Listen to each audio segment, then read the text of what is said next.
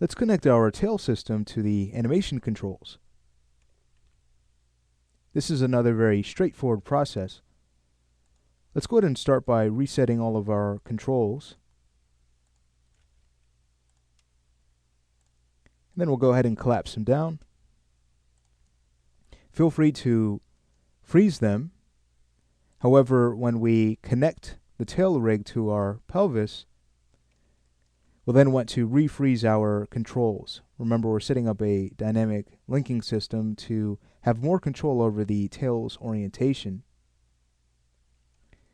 That would be best for, let's say, a gallop cycle or that type of animation. Alright, so with that said, it's now just a matter of linking each of our Spline IK helpers to its respective animation control.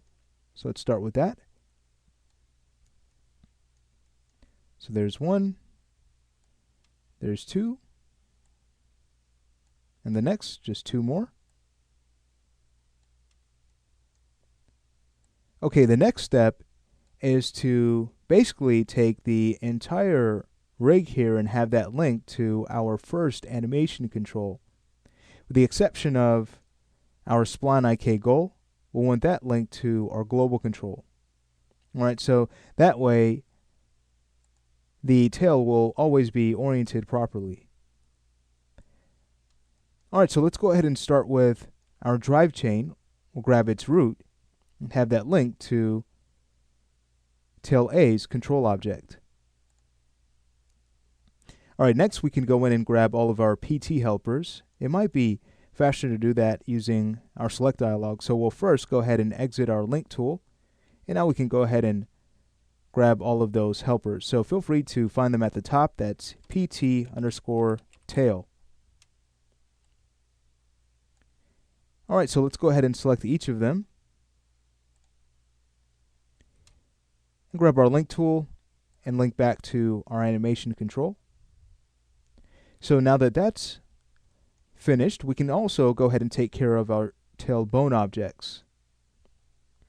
So let's go ahead and again exit our link tool, go back to our dialog window, and that's going to be BN_tail, and there they are. So I'll select each of these and connect them. Okay, great.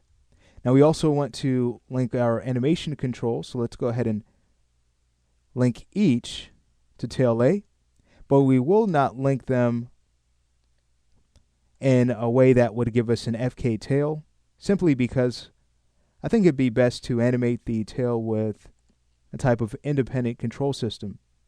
So that being said, we'll go ahead and select each of these and have them all linked to, again, tail A. Alright, beautiful. So at this point we are ready to stop the lesson. There's no need on our Spline IK to turn off the up node, simply because we're only using these bone objects to lock down the position of our envelope bones. Alright, so we can go ahead and skip over that. But that's going to finish this lesson. So in the next lesson, we're ready to start setting up our dynamic linking system to attach the tail to the pelvis.